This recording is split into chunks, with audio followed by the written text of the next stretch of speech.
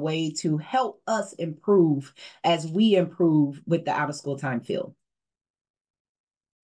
So our objective for today, we want participants to be able to understand how to write a compelling and effective grant. We want to talk about how do you describe your niche? What makes you unique, and what is it that your program or your community is in need of in terms of your program?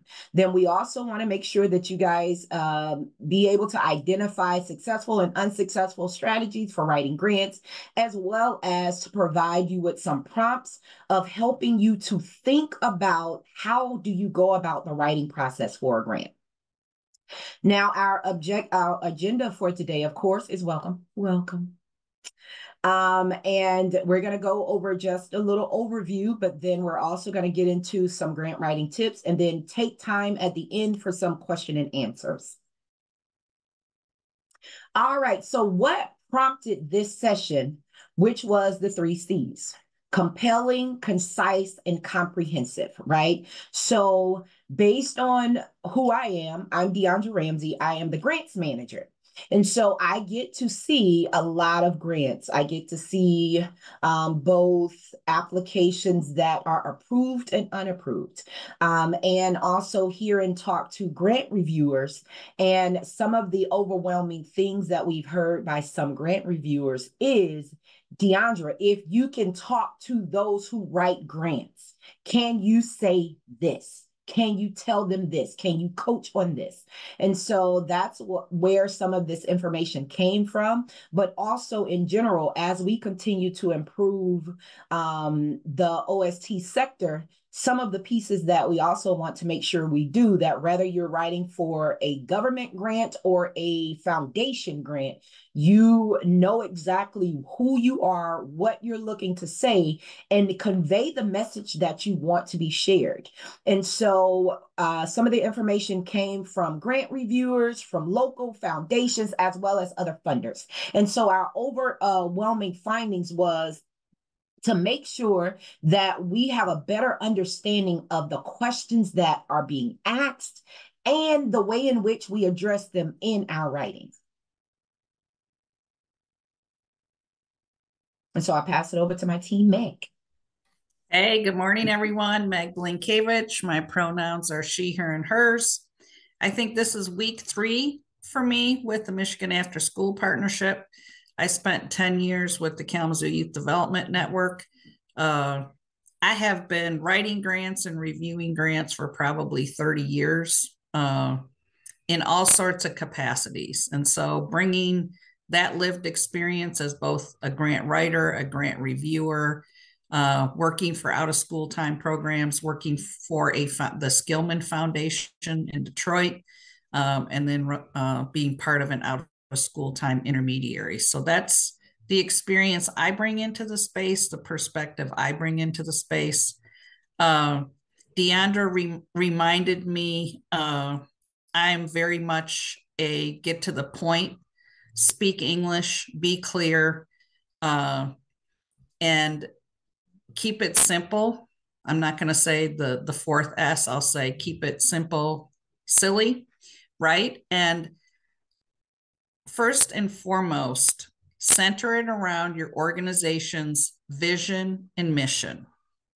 I encourage you to get a whiteboard out and always have your vision and mission in front of you, in front of everyone in your organization, and map any grant opportunity directly to your vision and your mission.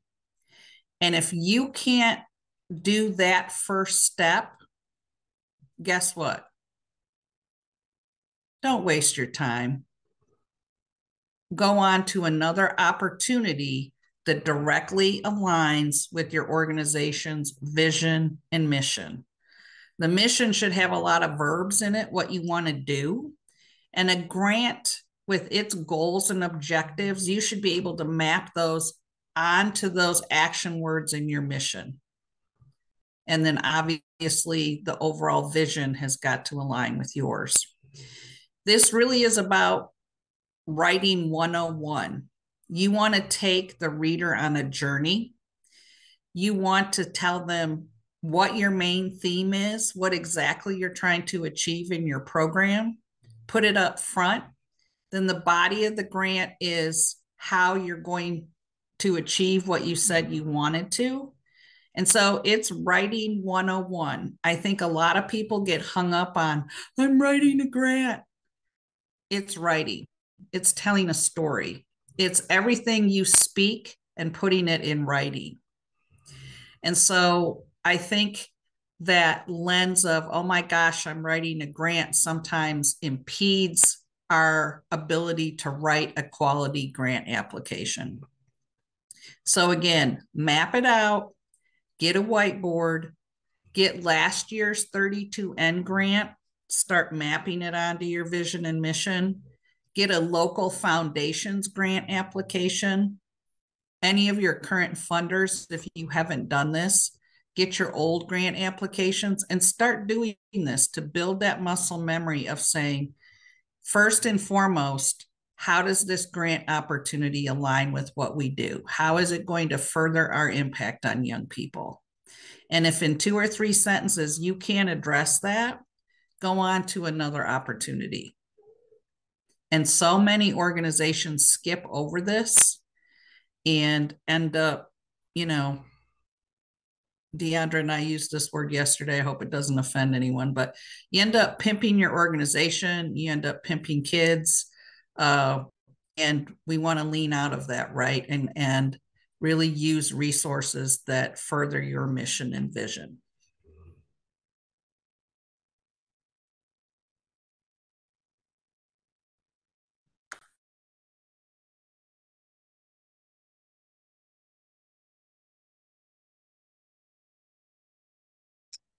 All right. So the first step, right, is understanding what the question is really asking. We will provide some sample questions, right? We're going to take some information. Now, I know some of you all are from the 32N grant, from the 21st Century grant, from philanthropy grants, from local community grants, right? So we pulled questions and thoughts from all types of sources, not just 32N. But what we really want to kind of go through today and dissect is, what is the question really asking? And what is it really asking you to provide? And so through the prompts, we're going to give you guys all some opportunity to kind of think about it, right? Like to take time out to think about what and how you want to share your ideas. Now, we know that usually in these type of settings, it's a sit and get. We're not going to do a sit and get. This is going to be us collaborating and working. So we're going to give you guys some time to actually answer questions. Then we're also going to give some time to actually talk about, well, based on our experience, what the intent of this question really was from a grant writer's or a grant maker's lens. Then we're also going to take some opportunity to actually have discussion on, do we agree about this? Like, why not? And how can we, as grant makers, right? Because Meg and I are grant makers, but you guys on the other end, what are you experiencing from this question so that we can better set up the questions for us to get the right responses as well? Because if a question is not getting answered properly, that means it might be set up wrong.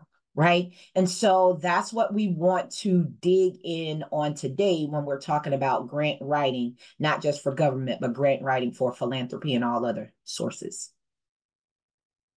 So prompt 1, and we're going to give you guys some time to think about this, right? But prompt 1 says, please describe all major program components, which may include homework help, art, sports, literacy, college visits, etc., clearly, and state what the program will provide young participants, what experiences, skills, etc. So we're going to give you guys some time. We're going to give you guys about 5 minutes, right? Take a couple of minutes, map down, think about, jot down, what are your major program components and how can you speak those out clearly And what experiences do they provide young people when they're participating in these programs?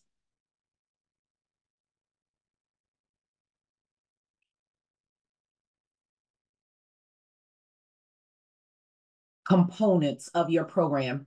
We need some brave participants to actually come off mute, because I said this is not just gonna be a sit and get, but brave participants to come off mute and share what your response would be to this type of a question.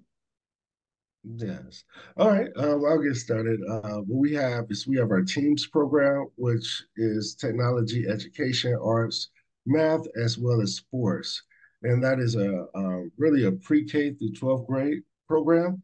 And what we focus on is when the youth get to the 6th grade and onward, is that we're preparing them for their career to see what they want to be in life, so then we could really focus on providing the resources as well as the mentorship to those youth of people in those fields, so then they can get a heads up approach to where they're going in life.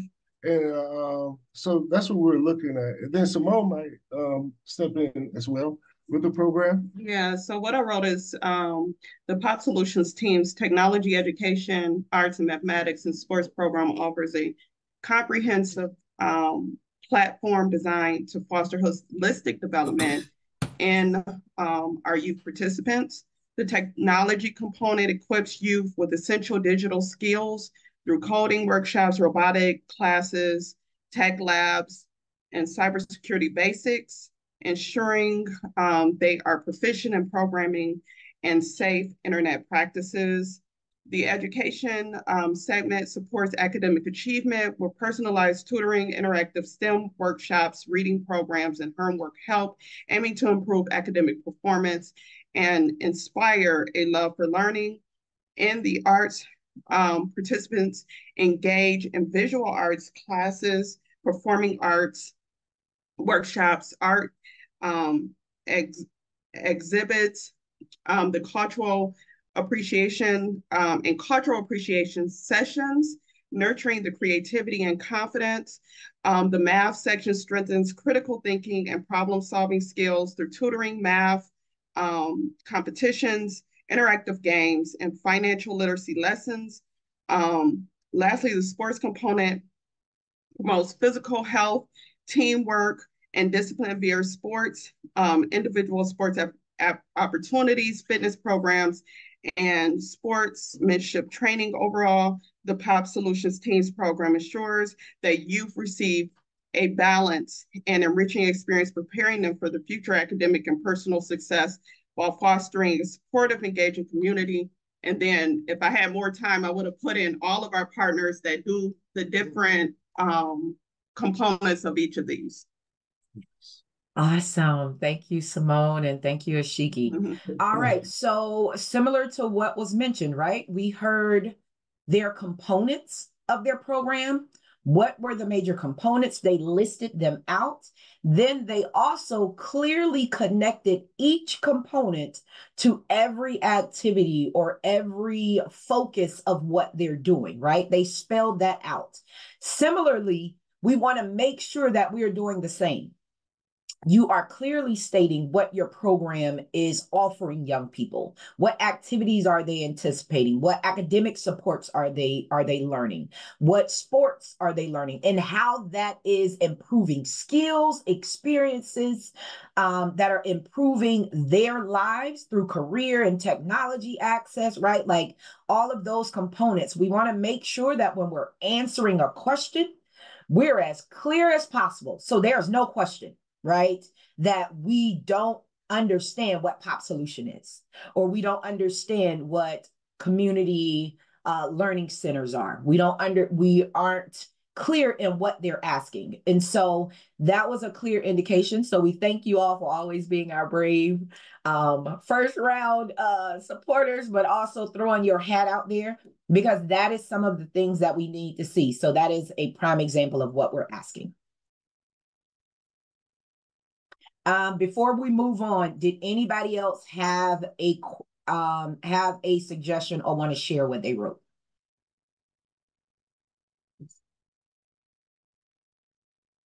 I wouldn't mind sharing because maybe I can get some insight as to what I did or did not add. Okay, go ahead. My computer want to act up, of course. What I have, my thoughts were jumbled, so I apologize. I have the Taught from Home program will provide current curriculum study focusing on math, reading, writing, and life skills for students who are developmentally, cognitive delayed, as well as on the autism spectrum. There will be aiding in homework and giving learning and play art opportunities. Opportunities for adaptive sports classes, including soccer, basketball, baseball, track, football, will help to build social skills so that each child will feel included. The children will develop confidence in themselves, the ability to connect with other students like them, and gain fine motor skills through their sports participation.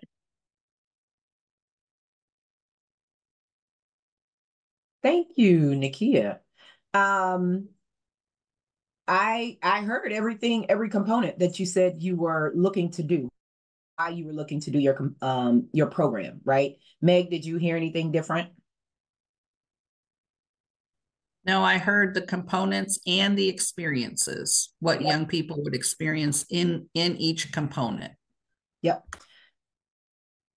So sometimes it is just lengthening it out, but also if you're doing the experiences, add in there the skills that they will develop as a result, right? Or that they will build as a result of that. But that was a good start. All right, so I'm going to pass it over to Meg. Okay, so prompt 1 got us thinking about your program, right? Which is what we like to think about, what we like to talk about. It's your pride and joy. And we talked about the program elements, what young people will experience, and skills. What we want to do now is talk about how young people, the impact on young people. And so think about, are they developing social emotional learning skills, youth leadership skills? I heard proficient in coding. What kind of gains in literacy, if it's literacy based, right? If you're doing homework help, what's the impact of that homework help? So that's one element of this. Then the other element of this prompt is, how do we know your program has the capacity to do what you've talked about in prompt 1 and have the impact that we talked about in prompt 2? So that means, how are you hiring and onboarding? How are you training staff? What assessments are you using? Like, are you using the program quality assessment? How do we know you have the capacity to do all the wonderful things you just told us about and have the impact on young people? So this is two elements to this prompt, and there's both elements are robust. So we're going to give you 5 minutes, same approach, to address each of these 2 elements for prompt number 2. I don't think I did it right. So my prompt 1 is, it's about, we have a program, Safe at Home Alone. This will be the first time we're doing it. But to jump then to prompt 2,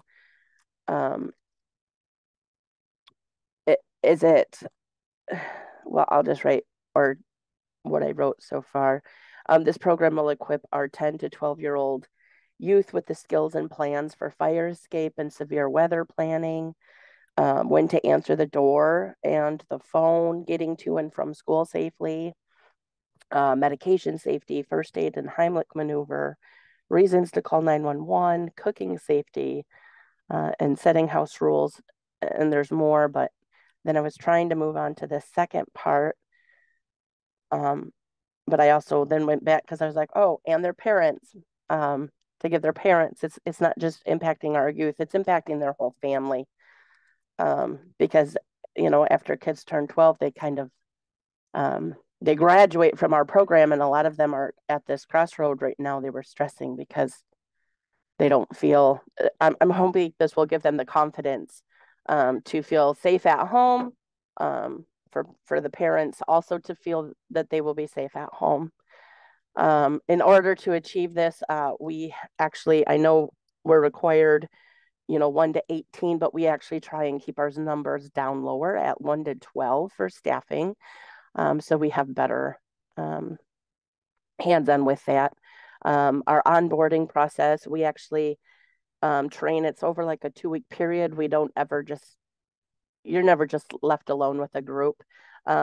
Even with our bigger numbers, we still continue to keep 2 at least minimum to a group. And the more kids in a particular age range, the more staff that we put on there. We do regular staff meetings just to see how things are going, and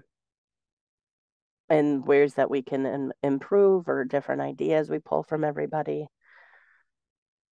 I guess that's probably all I have because I ran out of time to keep writing. Thank you. Feedback from my perspective, I appreciate that you shared the skills that young people would gain, and then you continued on to really talk about impact, right? Impact on the young person and impact on the family. And so impact, like outcomes and impact, get tricky to unravel. And I think the way you rolled it out was a nice link between prompt 1, where we asked for skill development, right? So you brought that into prompt 2. And then you also talked about impact, and you brought the family in for how the family is impacted. Want to encourage you to think about how you're measuring this. And you really did speak to impact, and you scaffolded up the story so that we understood what you were doing, the skills, and then the impact. In terms of the B element of prompt 2, I appreciated the ratio, right? That's an element of quality. Your onboarding process, your 2-week, if you have space, build that out. Like, what do you do during the onboarding? What are the elements that you look for onboarding, the skills that you're trying to develop in the staff? I appreciated you always have at least 2 youth development advocates in the group, and that you use your staff meetings to improve. And give an example, right? Today we're crunched for time. I get it. In the grant, if you have space, say a staff person brought X to us, and here's how we addressed it, so that the reader knows you have a proven track record of improvement, and that you are a reflective practitioner, and you have evidence of being a reflective practitioner and always looking to improve your program, because every single funder on the planet wants to know that that's not only your mindset, but that you have a track record of doing it. And so I think overall, you hit all the elements of the A element of prompt 2 and the B element.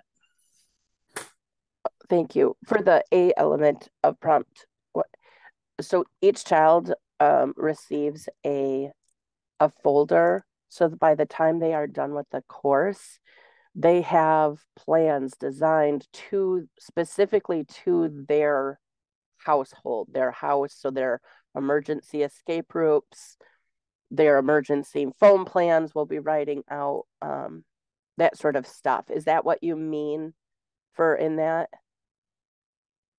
Yes. Yep. Okay.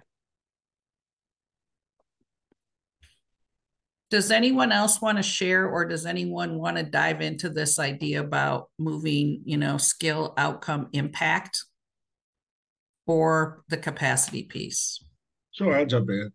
We have an evidence-based SEL program that has been effective. Also, with our leadership program, in terms of students that are getting performing, that's what we're looking at, students that are performing and putting them ahead of the crowd, so then that they can work as an example, as well as leadership. We have a literacy. We have a peer-to-peer literacy program where third graders are actually teaching younger students how to read. So that has been very effective, as well as our STEM program. We have incorporated our 3D printing as well as screen printing for youth. So then they're making their own T-shirts, doing their own designs, and things like that, et cetera, to that effect. Now, when it comes down to our employees, we do bring on people that have experience, professional experience in workforce development as well as youth development. And they have ran their own programs as well in the past. And we have an ongoing training with various government agencies to stay in compliance. So that's pretty much what we do with our team. We're in this meeting, but we have other team members in other meetings to stay in compliance. So that's pretty much where we are. And then I guess I would say, the overall impact, what I wrote was the TEAMS program ensures that youth receive a balanced and enriching experience, preparing them for future academic and personal success. The dedicated staff and adherence to best practices in the youth development creates a supportive, engaging environment, leading to significant positive impact on participants' lives. And I would also add to that some of the experience, direct examples that we have.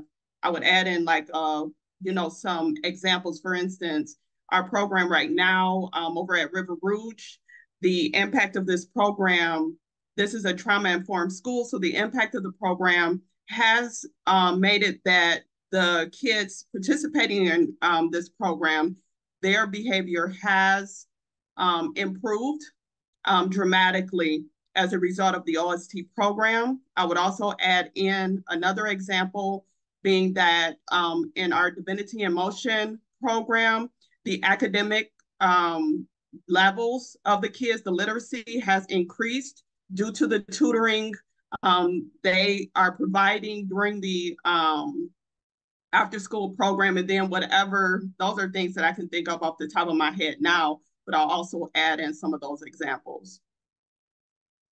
Thank you so much for that spot on example of impact.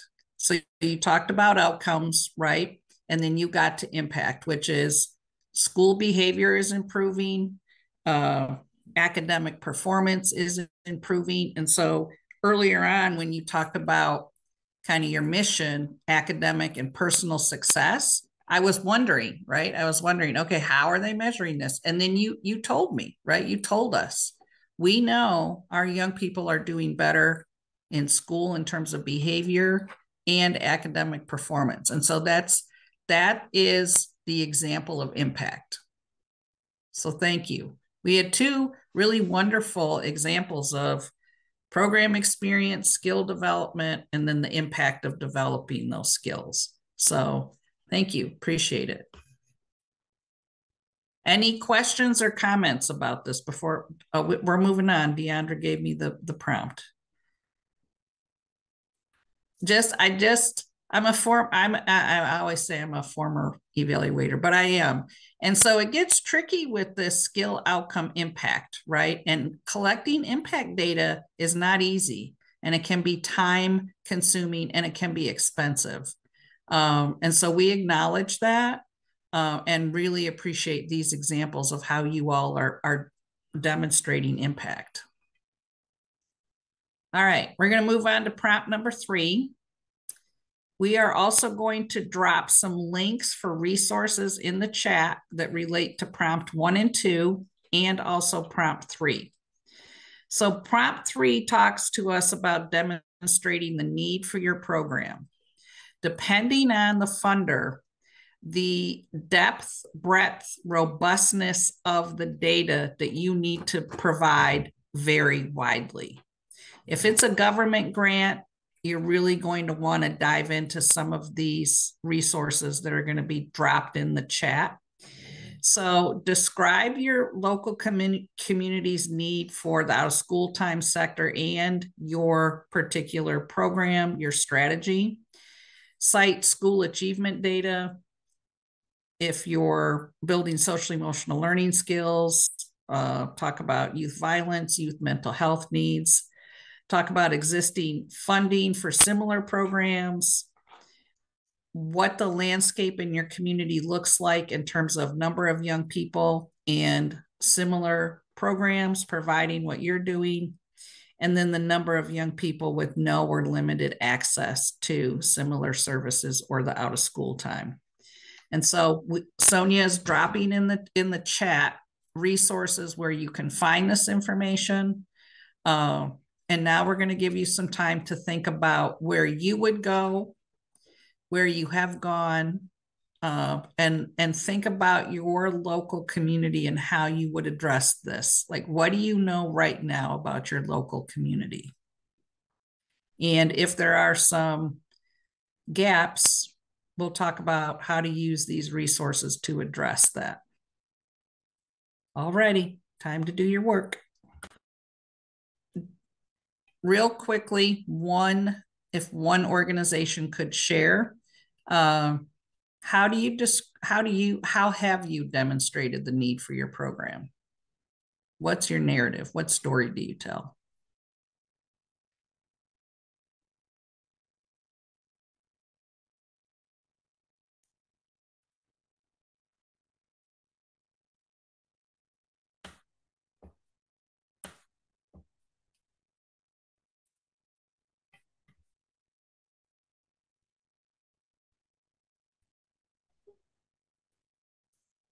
Going.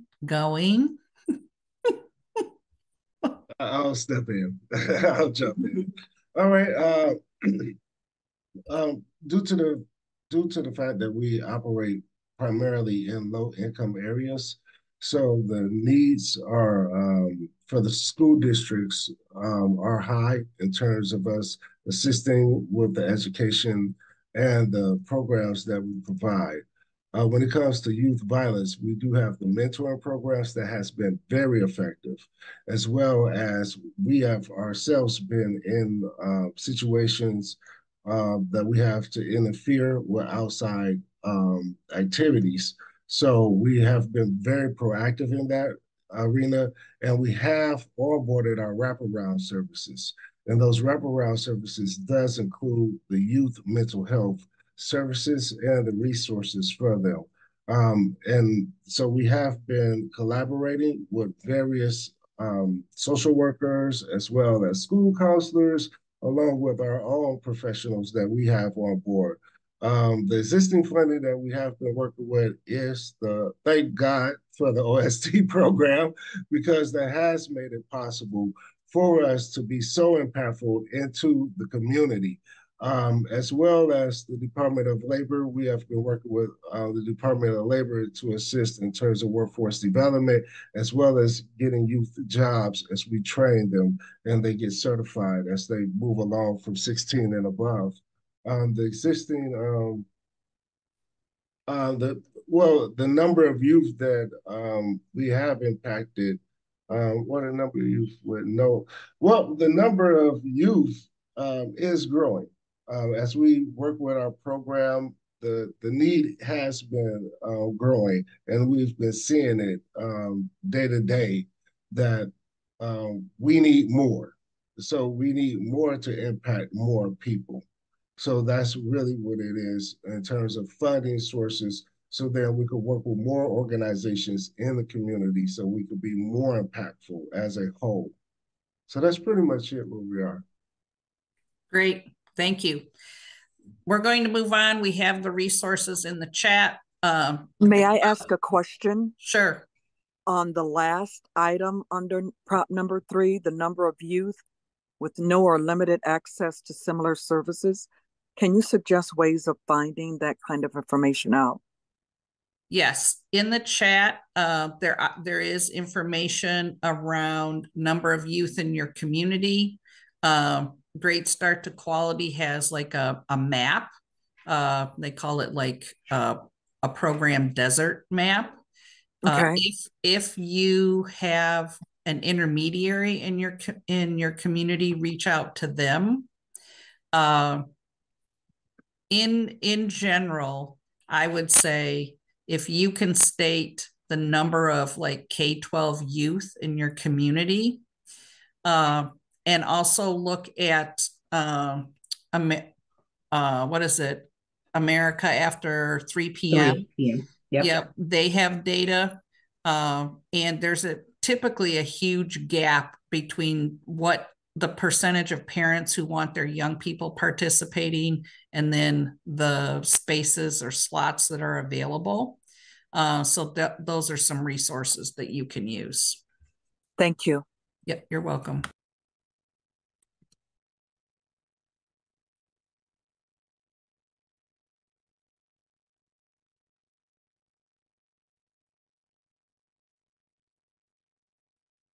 All right, so when you are writing your grant, right, you want to make sure that you are writing with clarity and structure, right? So you want to do a draft, right? Like just what we're doing when you see the questions, just jot down everything that comes to mind when you think of that question. You brainstorm, you do a draft, you get everything out of your head of what you think this question is asking you. Then you go back. You would want to go back and then think about what is your overall theme? What makes your, like we said in the beginning, what makes your program unique, right? This is an opportunity for you to tell your story. Don't assume that they know who you are. Don't assume that the readers know anything about Detroit, that the readers know anything about Grand Rapids, Kalamazoo, right? Like the UP. Don't assume that. You actually want to tell them what you know.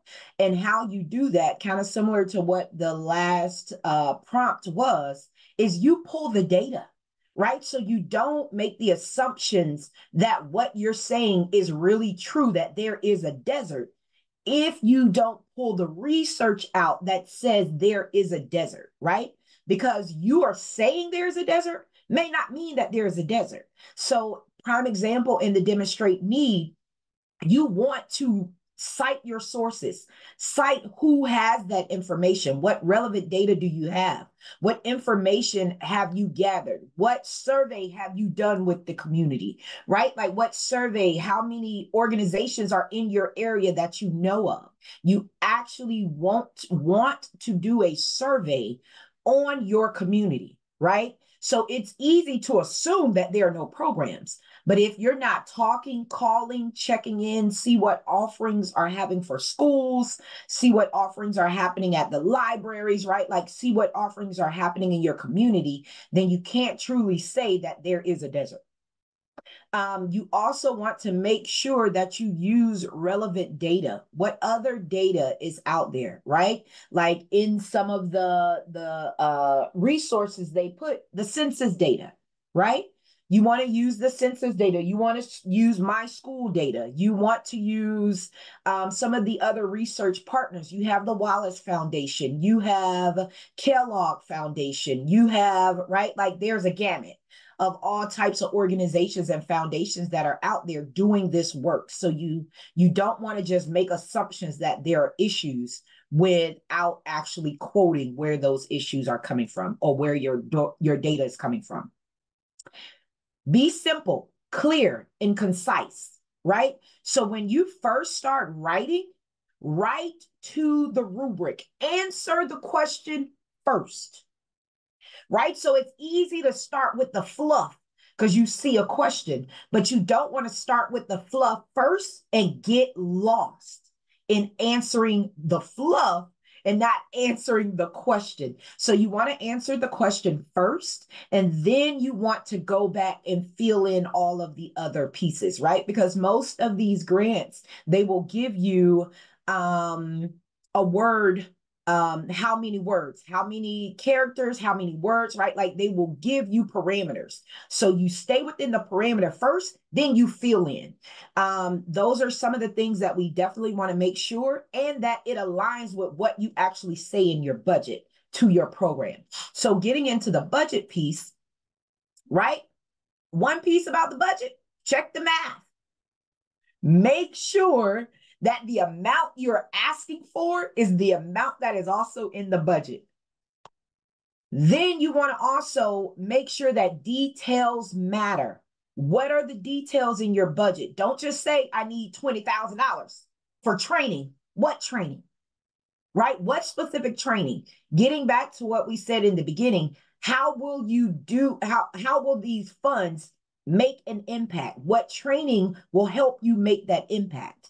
Then you want to also make sure that the amount is based around hours and participants. That's usually how most programs actually fund or set the parameters of the funding amounts. Is based around the hours of students, it's based around the amount of participants. So when you are saying you're going to be able to serve these students, it shows up in the budget of how many students you're going to serve. Then the likelihood of funding does not increase by requesting less than what you qualify for. So sometimes we do ourselves a disservice by dumbing down the amount that we really need, right? So if it says you qualify for $60,000, don't put 42,000. Put that 60,000, because that is how the funders have already allocated the amount that is associated with the amount of students you're trying to serve. Then you want to also make sure your cost does not also exceed. And your request is based on the table. So many times, if they give you a table of parameters, stay within that table. Don't deviate too low. Don't deviate too high. Because what that means that you did not connect the dots with what they already put in the application. And then balancing your dreams with the reality. Right? So what you're putting in your budget also meets what you are capable of doing. It sounds really good to say you're going to do all these things in a 3-month time period, right? Depending upon the grant time period, you want to make sure it's actually doable for your program, for the capacity of your staff, for the capacity to reach those amount of kids that you actually have the ability to reach. All right, so we only have 4 minutes left. This is the time for you all to come off mute or enter into the chat. We've been answering throughout the chat or throughout the presentation, but this is your opportunity to come off mute or put in the chat any questions that you may have thus far about what we have presented in the presentation. And we know that this was more applicable than sit and get. Hi, my name is Beverly Manley. Can you hear me? Yes, ma'am. Good morning, Miss Beverly. Hi, I'm at work, so I'm trying to listen to it. Everything was so good, but I was wondering, is it going to be a recording? Because I know I missed some things because I work at a high school, okay? So, yeah, and that's the thing, because I've learned so much by listening to what other people had said. And I want to be able to go over it and meditate on it. So absolutely, thank you too. It is recorded. Okay, so we'll be able to get access to it somehow. Yes, ma'am. Okay, absolutely. Any other questions? I saw a question in the chat. Someone asked, how long should we respond?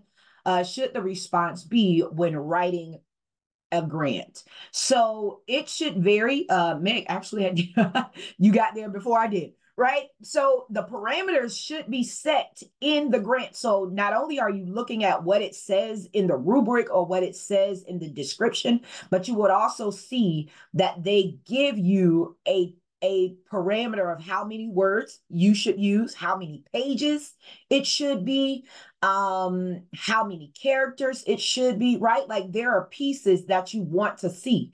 It may either be at the question or it may be at the top when it's the description of the grant, that they will tell you how much time or how much of a response that you should give for a question.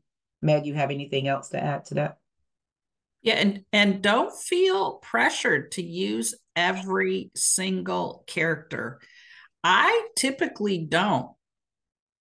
I'm a get to the point, make it clear, speak English, make your point. I'm not a fluff person. I typically do not use all the space provided, and I'm a pretty successful grant writer. I can't remember the last time we didn't get a grant. And think of the people reading it, for goodness sake. Yeah, make your case, make it clear, make it concise. Those 3 C's we started with. And this is not K-12 education where it's 12 font and it's got to be 5 pages and a word count. We're all like trained like robots from what we went through in K-12. This is not that. Tell your story clearly and concisely, and don't worry about filling up a page. Thank you. Kevin, I see your hand. So you all spoke a lot about assessment. And so since we work in a library, we get testimony from parents who sit off to the side while we're conducting these programs. But when people in this Zoom speak of behavior in school, there are limitations to what we can do as a library in finding out information from the school. Yeah, we can hear from parents that the student is doing much better, or they really love the program and they took an interest. We can even see the books that they check out as a direct result of the program. So we can tell the interest from that. But to go more in depth to find out how it's affecting them in an academic setting, do we try to build a connection with schools? Because it's always been taught to us there's a privacy issue. That's just the nature of libraries. And I don't know how far in detail we can dig to gain that information. Thank you. And that is honest, right? Like there are some limits that some organizations have, but what you do have is pre and post tests. What you do have survey information, right? Like what you do have is seeing the growth in a student, right? Like you can see that growth, right? Rather you have the actual school test scores, you can see the growth. So you can note that growth, right? And an assessment is literally, how do you know what you're doing is working? Right? So what are you doing that you know is being effective? Is it based on the interest of the kids? Is it based on the attendance? Is it based on their skills of reading? You see them go from level D to level G, right? Like over the time, like what is it that you can do? There are simple assessments that you can do, you can implement without necessarily having to do an aptitude test from the Great school. idea. Great idea. We can do a lot of assessments in-house. Yes. At the beginning of a program, at the end of a program, after a certain amount of programs. So yes, that's a great idea. Thank you. And we also don't knock kids' experience. A child's testimony on a survey can far supersede anything that grades will tell you. Because my grades may not show me that I'm successful, but my attitude toward reading does, right? And so Agreed. A lot of things with OST is we have the attitude of the kids. We have the connection with the kids. We have the connection with the parents. We have the connection with grandma and grandpa, right? Whomever you have access to, that can be your testimony that you could say, my previous survey said this from the kids' experience. So don't disregard actual kids' words and how they feel about your program, or parents. Like, this is really a need for me. That is part of assessment. Thank you. Absolutely. And I know we are over our time. I have a few more seconds I can sit on, but we're going to stop the recording. So we thank you all. And I'm going to share the thank you on the screen.